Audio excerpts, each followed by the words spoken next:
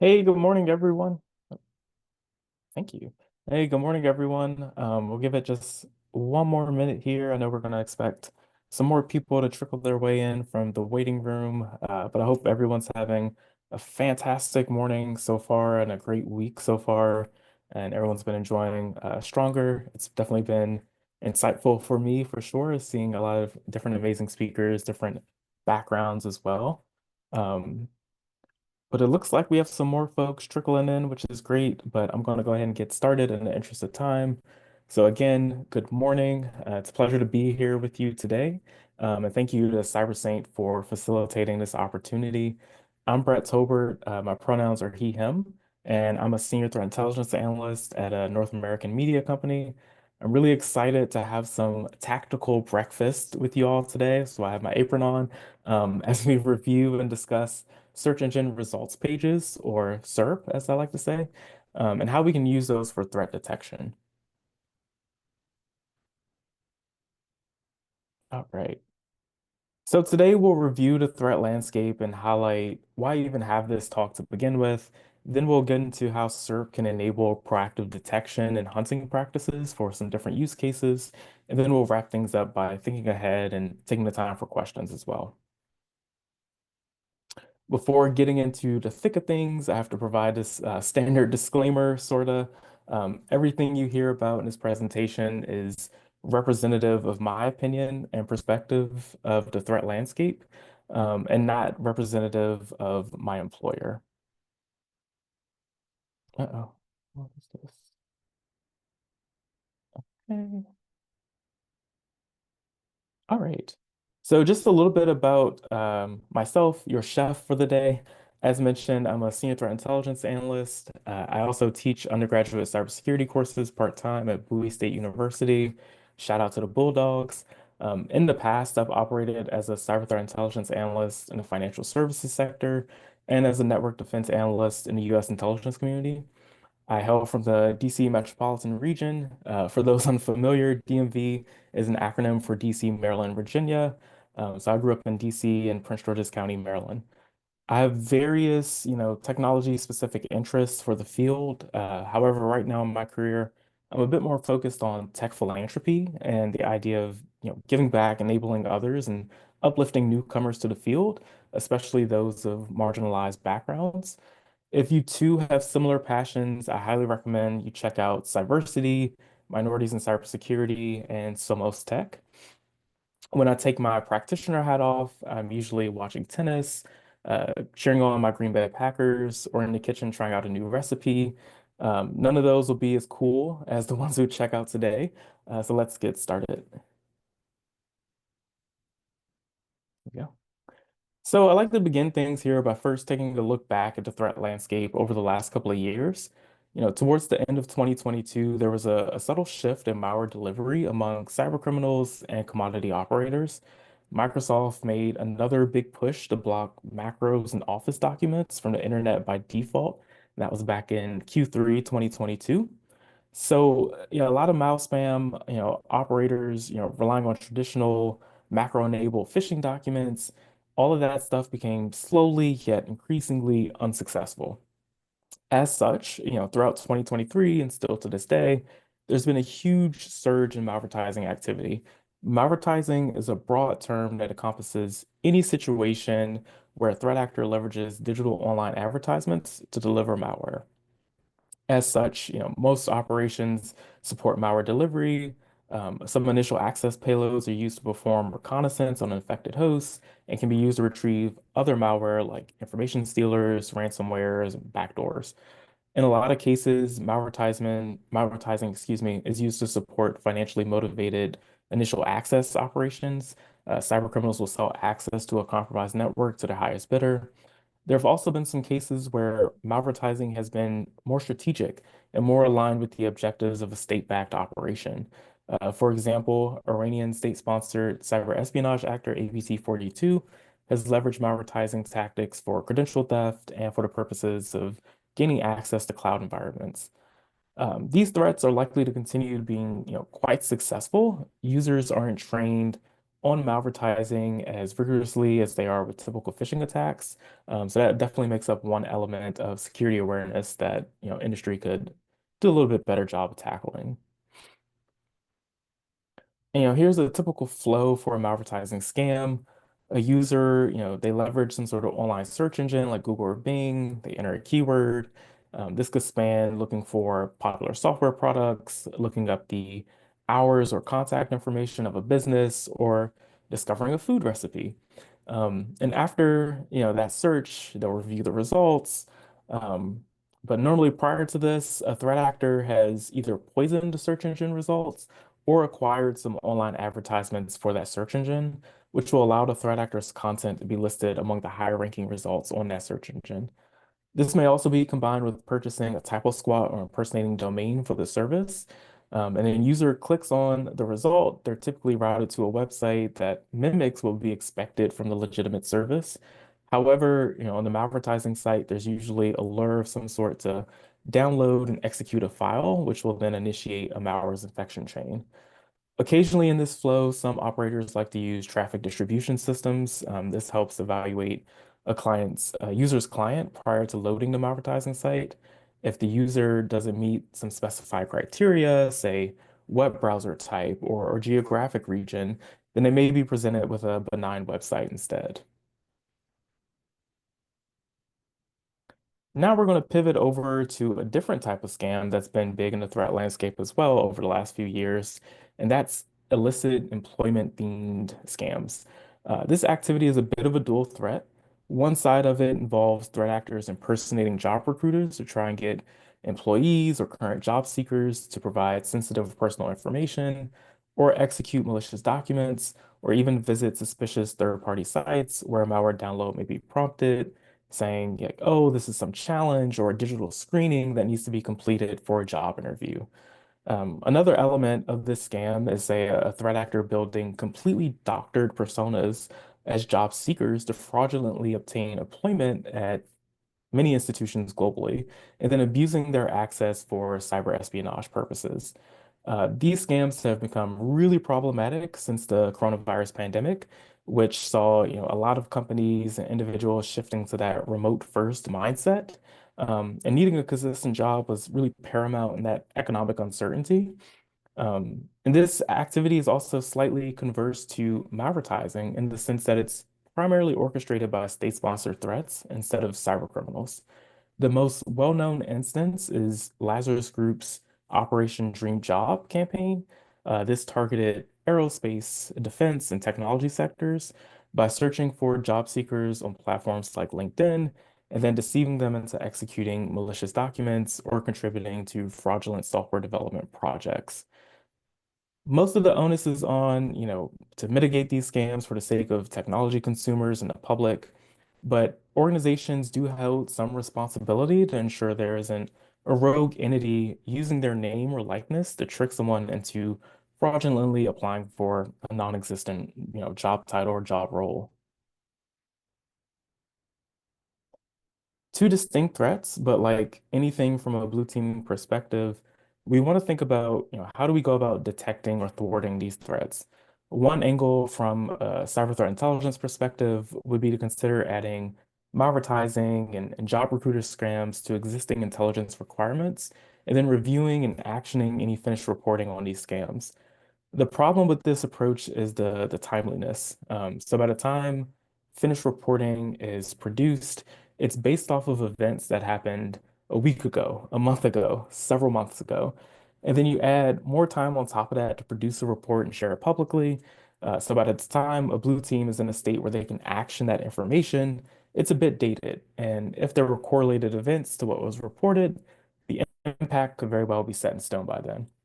So with regards to malvertising, there are some researchers that are really good about tracking and disrupting known bad advertiser accounts for Google in particular.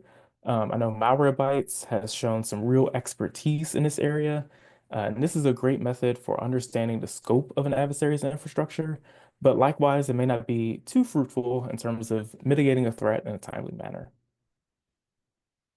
So let's make this a bit sweeter and talk about SERP, or as I say, SERP, which stands for Search Engine Results Pages.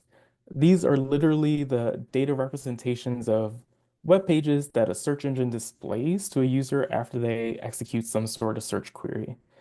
This includes links to different web pages that are relevant to whatever the query is, metadata, images, and much more.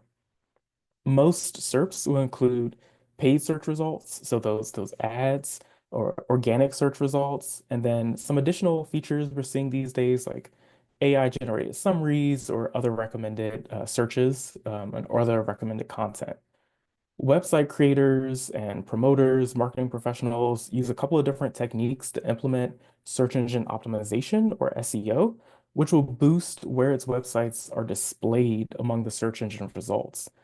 SEO actions include, carefully curating metadata for each website, each web page, and its elements.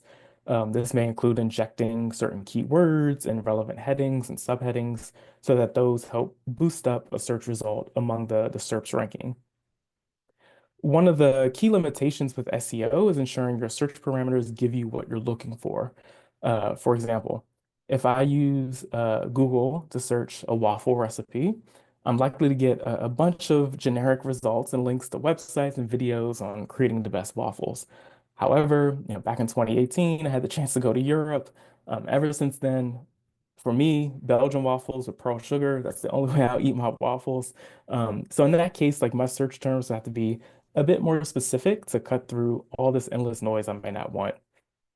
Google Dorks, or this idea of hacking with Google, they allow you to get a bit more granular in those searches. There's also a cool free tool online called Dork Search that helps execute searches with Google Dorks a lot quicker. And it has recommendations and different formats on how you can structure and build those queries. So here are some examples of SERP results when running some searches on gardening tips. The higher the search result, again, the more likely folks are likely to interact with it. And then on the right of the screen, these are ad results from different searches. They're paid for in Google's ad service on a cost by click basis. They're normally displayed at the very top above the organic results or at the very bottom. Some SERPs also showcase Google shopping ads. Different e-commerce services use this to advertise products. And we can see ad results are structured just a little bit more slightly different. They give a little bit more information. With malicious ads, this can make things really enticing for, say, an unsuspecting end user in terms of interacting with whatever that web content is. So despite, the fact that search engine results pages may present, to the unsuspecting web user a big threat, we can really turn these on their heels and use them against threat actors. More proactively scope for malicious infrastructure or personas that are looking to socially engineer a user. This data can then be actioned for disruption, investigated from a link analysis and pivoting perspective, or used to conduct more widespread malware and campaign research. So there's a couple of different approaches. You could play whack-a-mole all day and just Google or Bing, whatever, a bunch of different search terms and say, "Ooh, I finally got one," if that happens. But unfortunately, it's probably not the best way to use the time. It's hard to flip a coin on malware or threat detection purposes and say, maybe we should just be a bit more strategic about this. So CTI analysts and threat researchers alternatively can introduce SERP scrapers into their workflows to more consistently automate queries, parse results, and contextualize potential events. And there are several tools out there that can help with this. SERP API and SERP Stack are just two, and those will be the two primarily we'll be talking about and highlighting today. So this is a screenshot on the right is from SERP API. So in these tools, you're given an interactive environment where you can pretty much execute searches as if you were doing so through a search engine. They even support Google Dorks and complex Google searches, which is great. So you can query those and review the results as well. The amazing thing about these tools is that they provide a breadth of different parameters for your searches, geographic region or location, searching or searches targeting specific Google components like shopping or news results. And you can even manipulate your search by choosing the type of device you would like to emulate. This could be useful if you're investigating a malvertising campaign targeting specific mobile platforms like iOS or Android. Once you've executed a query, you will get a preview of what the results look like in the GUI, but you'll also get the raw data representation, which is that JSON on the right. Um, and you can parse that JSON, review the results, look for anything that may be atypical or something that could be really interesting that would deviate from what you would expect to get back. And just like the SERP page, the JSON results include ad results as where that advertising domain or page is likely to reside. So here's an example, just breaking it out a little bit more of that SERP API sort of backend, the playground where you can try some different things. Here we can see there's Google search. If I were able to scroll down all the way, you would see Bing, Yandex, so many other different search options to go through as well, and all these different parameters where you can really, change where it looks like you're executing your search from, change the device as well, go through different pages, a lot of different functionality there. And on the last page, we were searching for best remote desktop. And so on the left here, we see this what the GUI representation, those GUI results will look like. So we have some sponsored ads throughout the page at the top. And then on the right, we also have the JSON results. This is pretty much pivoting or pointing to the ad result for the very first result here, which is the remote desktop by remote PC. Um, remotedesktop.com, that website alone just seems funny in a way. But I guess it's a legitimate service. But we have these different ways of looking at results and looking at the data available from the SERP tools. So what to use? Well, there's a lot of different tools out there to give you similar features. Most provide programmatic access, which is great. Sometimes it comes at a cost. But SERP API and SERP Stack both give you a decent number of free searches per month, which is great. Both also include the ad results, which is great. SERP API lets you use query Google's ad transparency center. So if you start to build a block list of sorts of known bad actor-operated Google ad accounts, you could specifically query those using SERP API and review any new results.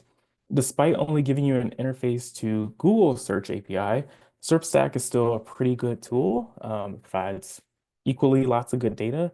So don't discount that one by any means just because it doesn't give you as much stuff as SERP API. We're looking to some couple of different recipes. For this one, we'll highlight malvertising. Again, you don't want to just endlessly search and execute queries and hope you find something interesting and turn that into meaningful insight.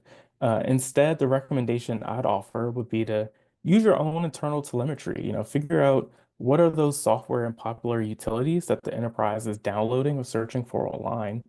This can include Zoom, where we're hosting this conference, this meeting now, Microsoft products, remote desktop tools, productivity and note-taking applications.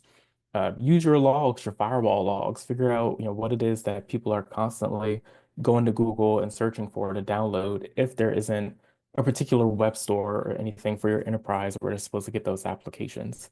And then once you have those, tools or have an understanding of what those tools may be, you can search for those routinely across Google or Bing using other search engines, using SERP tools, and then you can engineer some workflows if you're into automation with the SERP tools APIs. Routinely collect and process that information you get back from those results as well. And then once you have all this good data, you can do all the typical fun CTI and threat analysis, pivoting and investigation, which is really where, the fun things begin. So here's an example from a couple of months ago, looking up different screen recorder tools for Mac OS. There was a result for Loom, which is I would say, a relatively popular screen recorder application. The result looked completely normal. But then when you opened the link or clicked on the link, you were redirected to a third-party site, which was smokecoffeeshop.com. It's pretty weird, had nothing to do with Loom. But if you looked at the website that came back in the bottom left here, It looked exactly like Loom's legitimate website. The only difference was the sort of background splash on the website was all white, whereas Loom's website, there's a purple or deep navy color instead. So that was the only thing that sort of caught my eye, but otherwise completely looked completely the same. And the download button also again redirected you to a third-party site where it delivered a Mac OS installer, a DMG file. So here's the Mac OS installer, the DMG, trying to execute that. And there's a hash for that if anyone wants to take a look.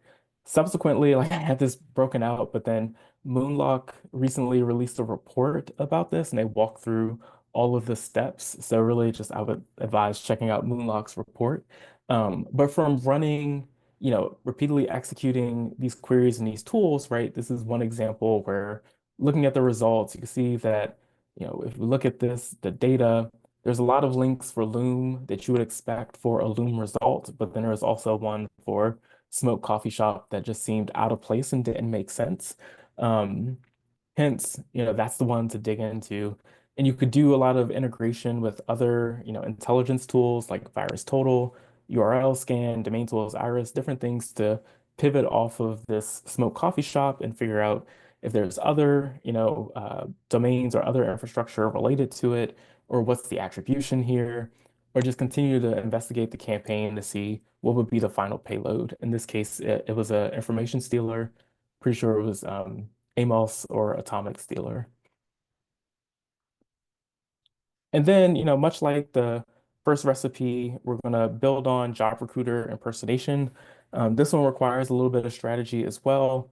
It requires some effort, but we can develop Google Dorks to look for fraudulent job advertisements or recruiters. If we develop a dork that's strong enough, we can point it to a site like LinkedIn, where recruiters are really likely to have a thorough profile and some legitimacy to build relationships with people because that's very much the nature of their work. Then, based on the results of these dorks, you can begin to review and action the information, particularly, running any of the observed names against Active Directory or any sort of internal information data storage you may have to confirm if this person is actually an employee or if they're just, some dubious weird account.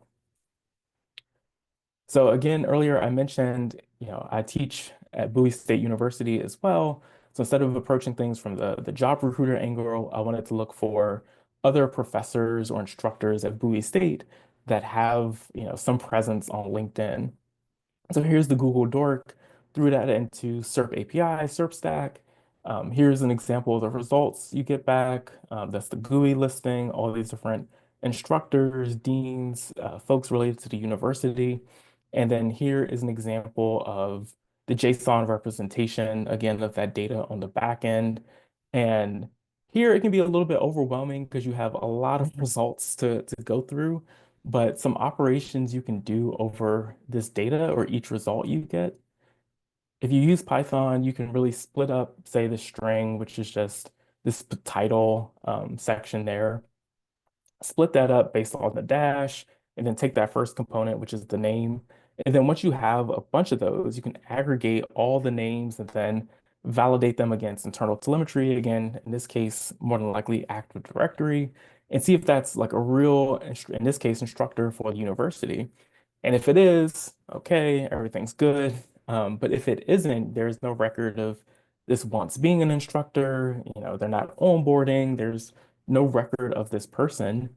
That's when, of course, safely, do you want to review that LinkedIn profile, see if it's seems suspicious, if it has a low number of collections, a low number of followers, if it's not doing much engagement, but we don't know if it's, messaging people, reaching out to students, maybe even, and what they're trying to get folks to do.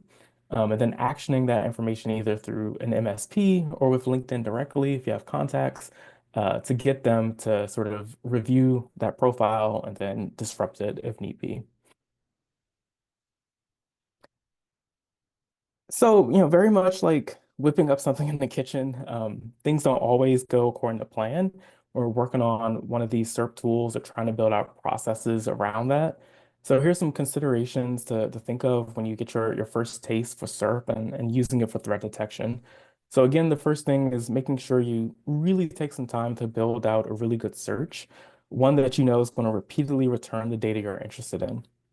For Google searches, again, I recommend using the Google Dorks or Google Hacks in particular. There's a neat tool, again, I think I mentioned it earlier. Dork Search lets you plug and play with different queries. I think in the future, as artificial intelligence and natural language processing continues to improve, I suspect more tools will be around to help define precise search terms and parameters that'll become available and help you provide better output from tools like SERP API and SERP Stack. Another thing to consider, kind of like when you can manipulate the emulate, whether it's a mobile device or a desktop or a laptop, ad results may, vary sometimes based on location. So it's nice that both SERP Stack and SERP API give you options to vary your location, make it feel like I'm here on the East Coast, but I'm running the search as if I was based in Texas or California. So you have some options to do that, just something to keep in mind as you continue to build our processes or workflows with that. And then lastly, which is perhaps most important, especially when you're building out automation, is that you're dealing with like large amounts of data potentially, right? Depending on how specific your search terms are, which is why a lot of things come back to developing a quality search. Um, but with that, expect some false positives, expect to probably build an allow list of sorts saying like these domains or these websites are known good. We don't want to include these in our results. The same thing from that job recruiter perspective. Like these are people we know work for us. We don't want to include these in the results. Just give us everything after that. And finding ways to incorporate that into your processes and your workflows so that things really engineer a little bit smoothly for you. And with that, I know this was really quick into like a really deep topic, I think, but I thank you so much for everyone's time and attention. Again, I hope this was enlightening and entertaining. And thank you again to Cyber Saint for hosting the opportunity and facilitating the conversation here. Happy to take any questions or feedback. I see there's some items in the chat.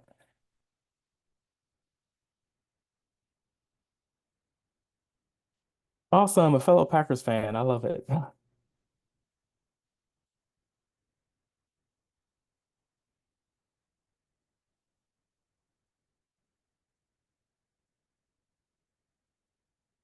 Awesome. Well, if there aren't any additional questions or thoughts, happy to wrap things up here. Again, thank you so much, everyone, for your time and attention. I hope you enjoy the rest of Stronger. Thank you.